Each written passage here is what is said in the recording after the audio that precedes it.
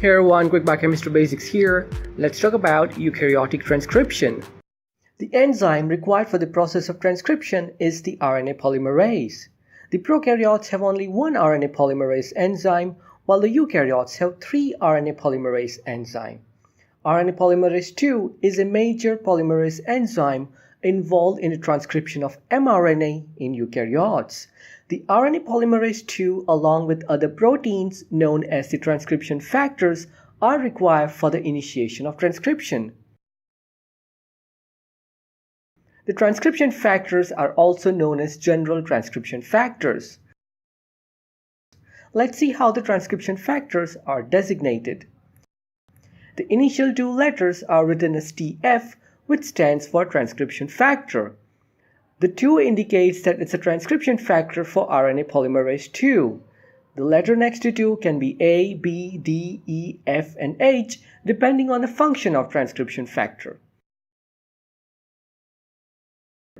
Because there are so many transcription factors involved in eukaryotic transcription, it's easy to memorize them with the help of mnemonics. For example, the mnemonics of TF2A is apple, TF2B is ball, TF2D is dog, TF2E is elephant, TF2F is fan, TF2H is helicopter. Let's see function of each of them. In the first step of initiation of transcription, the transcription factor EF2D binds the Tata element in the promoter. The eukaryotic promoter is about 40 nucleotides long and located upstream and downstream of the transcription start site. About 30 nucleotides upstream to the start site, there is an AT-rich sequence known as the Tata box or the Tata element. TF2D has a protein called TBP which binds Tata sequence. TBP is also known as Tata binding protein. Once TBP binds Tata sequence, it bends the DNA by 80 degrees. This bending of DNA further helps in the binding of other transcription factors. This includes TF2A and TF2B. TF2A helps in stabilizing the binding of TF2D with the promoter. TF2B interacts with TBP and the promoter region downstream to the Tata sequence. TF2B helps in the recruitment of RNA polymerase II on the promoter. Now, the RNA polymerase cannot bind the promoter on its own. A transcription factor TF2F helps RNA polymerase II to bind the promoter. TF2F interacts with TBP and TF2B while recruiting the RNA polymerase. TF2F also prevents RNA polymerase to contact DNA outside the promoter. Next, transcription factor TF2E binds the pre-initiation complex. TF2E helps in the binding of other transcription factor TF2H. TF2H is a very large complex with total 9 subunits. Out of 9, 2 subunits have ATPase activity. Using energy from ATP, it acts like a helicase and melts the promoter. And this finally causes transition from pre-initiation complex to open complex. The remaining 7 subunits of TF2H has a kinase activity. This kinase activity phosphorylates the C-terminal domain or the tail of RNA polymerase II, leading to promoter escape and transcription elongation.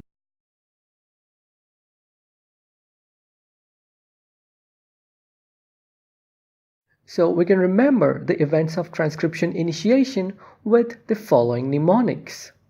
The dog eats the apple and plays with the football.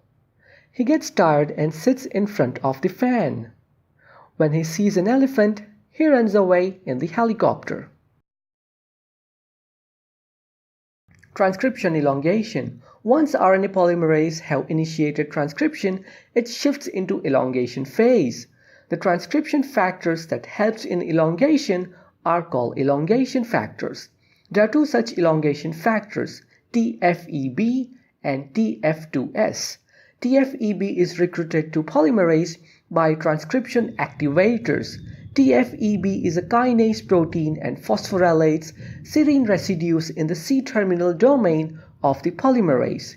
This phosphorylation stimulates elongation.